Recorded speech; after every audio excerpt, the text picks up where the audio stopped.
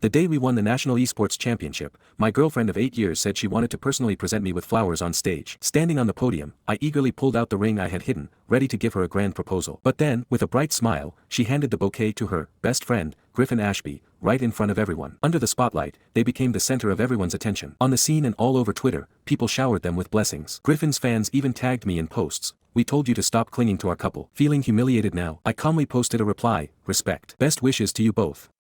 Part 1. Under the dazzling spotlights, I stood on the podium alongside my teammates. Vanessa Larkson, my girlfriend, walked slowly toward me with a bouquet of roses in her hands. She had once said that when I finally won the national championship, she would reveal our relationship during the award ceremony. Tonight, she seemed to have come just for me, holding roses that symbolized love.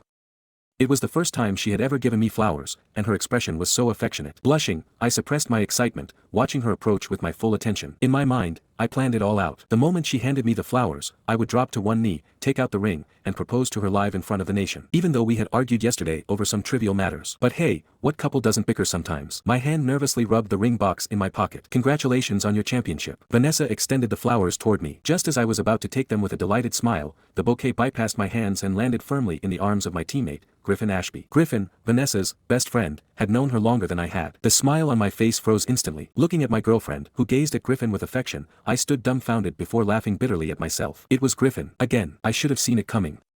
To Vanessa, her best friend was always more important than her boyfriend. Even our argument yesterday was about Griffin. But I never thought she'd openly hand over a bouquet of roses, symbols of love, to him in front of everyone. Griffin, with his good looks, had a much larger fan base in the gaming circuit than the rest of us. Did Vanessa not realize what her actions meant, giving him flowers in front of all these people? I quietly slipped the ring back into my pocket as the crowd screams reached a fever pitch. The roar was so loud it felt like it could lift the roof off the arena. Amid the camera flashes, everything around me seemed to dim. Before the award ceremony even ended, their sweet moment was already trending on Twitter. Their chemistry as a shipped pair sparked countless fans to root for them. Griffin's fans flooded the video comments, tagging Vanessa and calling her sister-in-law. The scene was lively and full of joy. But none of that had anything to do with me. I forced a bitter smile, stepped off the stage, and returned to the locker room alone. Looking at the flood of blessings on Twitter, I suddenly felt exhausted. Maybe this was the perfect moment to end things. So I sent Vanessa a text, "Let's break up. I won't get in your way anymore." The text had barely been sent when Vanessa called. I wasn't planning to answer. I hung up and grabbed a ride back to my apartment to pack my things. The apartment was one we had shared. Since we'd broken up, there was no way I could keep living under the same roof as her. She could have the place. While I packed, Vanessa bombarded me with messages. "What do you mean, break up? Are you throwing a tantrum again? Man up. Alright, everyone's saying we should celebrate. Come on, Griffin and the others are waiting for you." Every word revolved around Griffin. She handed roses to another man and turned around to call me petty. I looked at my phone and laughed coldly. Then I turned it off, zipped up my suitcase, and left. With no time to find another place, I returned to the dorms at Apex Gaming Base, where the club had prepared rooms for the players. The base was quiet since everyone else was out celebrating. I instinctively powered on my computer and logged into the game for practice. Only in the game could I find some peace.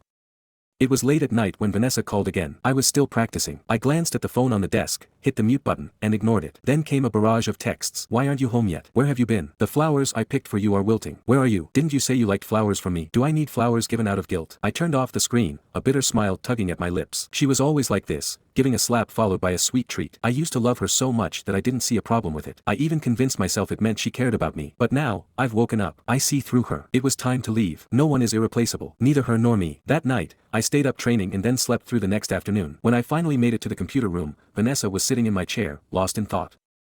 I wasn't surprised she'd found me. Where else could I go besides the dorm? Hearing my footsteps, she turned and saw me. "Where were you last night? I called and messaged you. I thought something happened to you." Clearing my throat, I replied flatly, "I slept early." She looked stunned and frowned in confusion. "What's with you today? You're acting all weird." True. The old me would have been thrilled to see her showing up here, eager to unload all my recent frustrations onto her. Now, there was only silence. Naturally, she found it strange. She also seemed to forget I had already broken up with her yesterday, or how she had humiliated me in public. Before I could say anything, she spoke again. "Today's Griffin's 3-year anniversary with the team. He's hosting a dinner. Let's go together." I wanted to make up an excuse to decline, but as teammates, my absence might create unnecessary trouble. Besides, I needed to tell everyone we had broken up. I nodded indifferently, got dressed, and followed her to the hotel.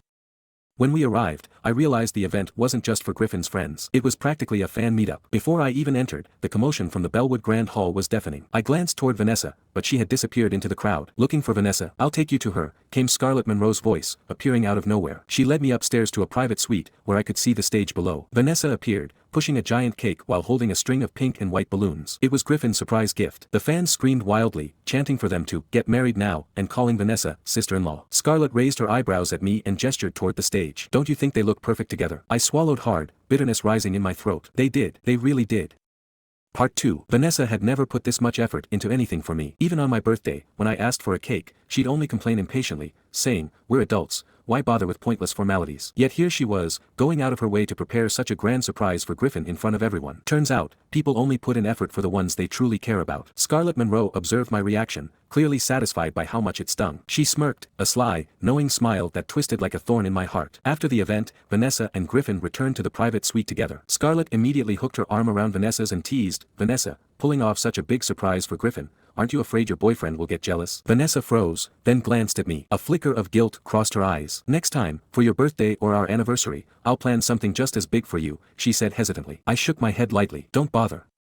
If it's the same thing you've already done for someone else, how could it even count as a surprise?" I wasn't about to accept someone else's leftovers. Vanessa pressed her lips together, as if she wanted to say more. Before she could, Griffin chimed in. "Logan, you're not seriously upset, are you?" Vanessa was just going along with the publicity plan. "Don't be so petty. As her boyfriend, you should be more understanding. Don't make her guess what's on your mind all the time. That's exhausting for her." Classic Griffin, always stepping up to defend Vanessa. I let out a soft laugh. "With you looking out for her, why would she ever need anyone else?" The words carried a sharp edge, freezing the room in an instant. Griffin sighed dramatically, offering a resigned smile. "All right, fine. If it makes you feel better, I'll apologize. Don't be mad at Vanessa." The air hung heavy with awkwardness until someone broke in to lighten the mood. "Come on, we're all teammates, no need for these formalities. Let's drink." Scarlett, grinning mischievously, stepped into the center.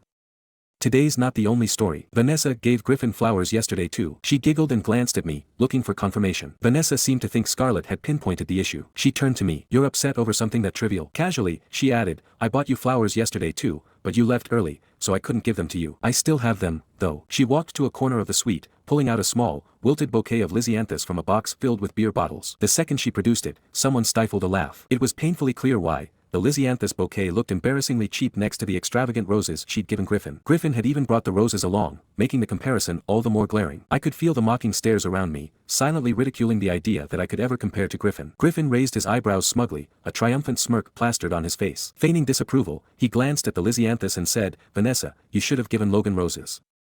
"Why this?" The tone barely stopped short of outright saying she was tossing me scraps. Vanessa replied indifferently, "It was late after the dinner last night. There weren't any roses left. This will do. Anyway, he doesn't know flowers. He shouldn't care. The best for Griffin, and whatever's left for me." The difference between love and indifference couldn't be clearer. Why did she assume I wouldn't care? She held the flowers out to me, but I didn't reach for them. Vanessa's brows furrowed again. "Don't you like flowers anymore? I picked these especially for you." "No thanks," I said flatly. "Give them to someone else." "You're being ridiculous again," she shot back. "I'm not. I mean it. I have things to do, so I'll leave you all to it." I opened the suite door and walked out without looking back. I hadn't taken more than a few steps before the whispers started behind me. "Logan's being so dramatic. Griffin and Vanessa's video is blowing up online. It's brought in tons of sponsors for the studio. Why is he so hung up on this?" "Exactly."